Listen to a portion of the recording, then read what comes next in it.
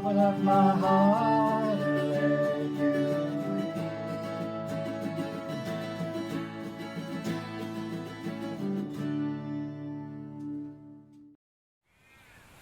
Session 2 of New Beginnings. And we said yesterday how new beginnings are exciting, but they aren't always plain sailing. There can be some pain involved. Let's think of the Hebrew people as slaves in Egypt.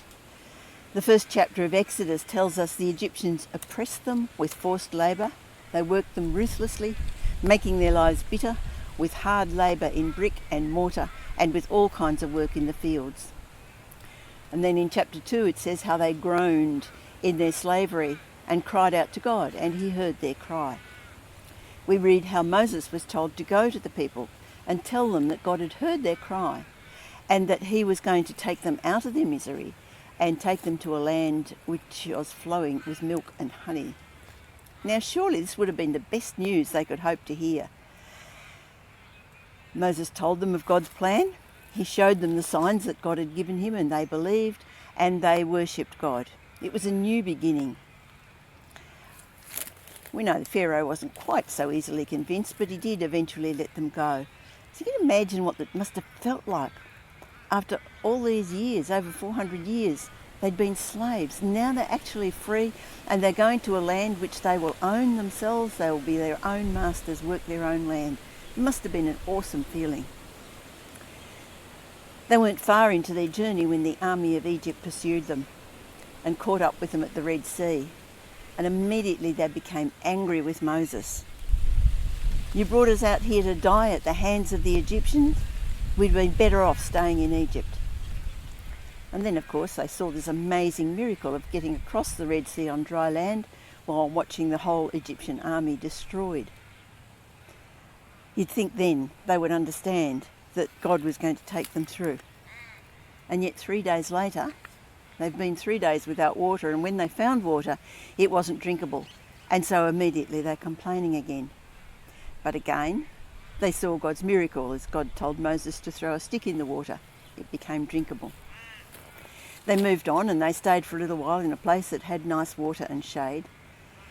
And then they began to move again, and very quickly they're grumbling again. There's no food to eat. They say this: if only we died at the Lord's hand in Egypt. There we sat around pots of meat and ate all the food we wanted. But you brought us out into the desert to starve the entire assembly to death. Now, of course, we know that once again, God answered their needs. They had the most amazing new beginning, but instead of being able to believe the promise and trust in God, they kept looking at their circumstances. And they kept comparing them with what they'd left behind, believing that what they'd left behind, even with its pain, was better than the promised land that lay ahead. God is the God of new beginnings. He's always calling us on to something new.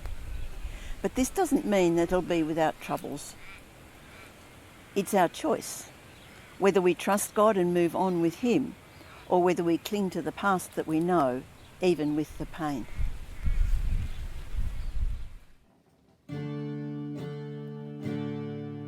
You unravel me with a melody. You surround me with a song of deliverance from my enemies till all my fears are gone. I'm no longer a slave to fear.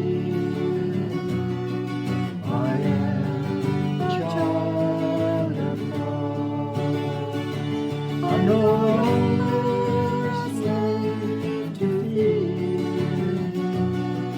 I am a child of God.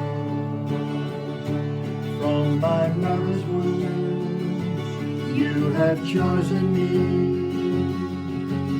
Love has called my name. I've been born again into your family. Your blood flows through my veins.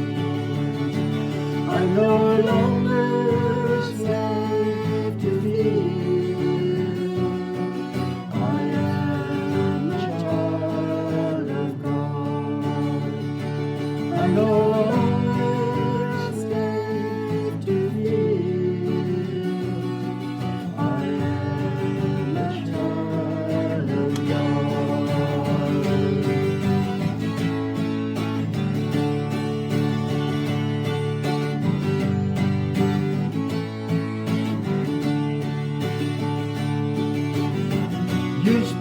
the sea so I could walk right through it.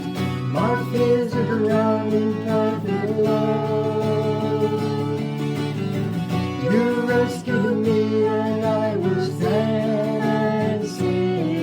I am a child of God.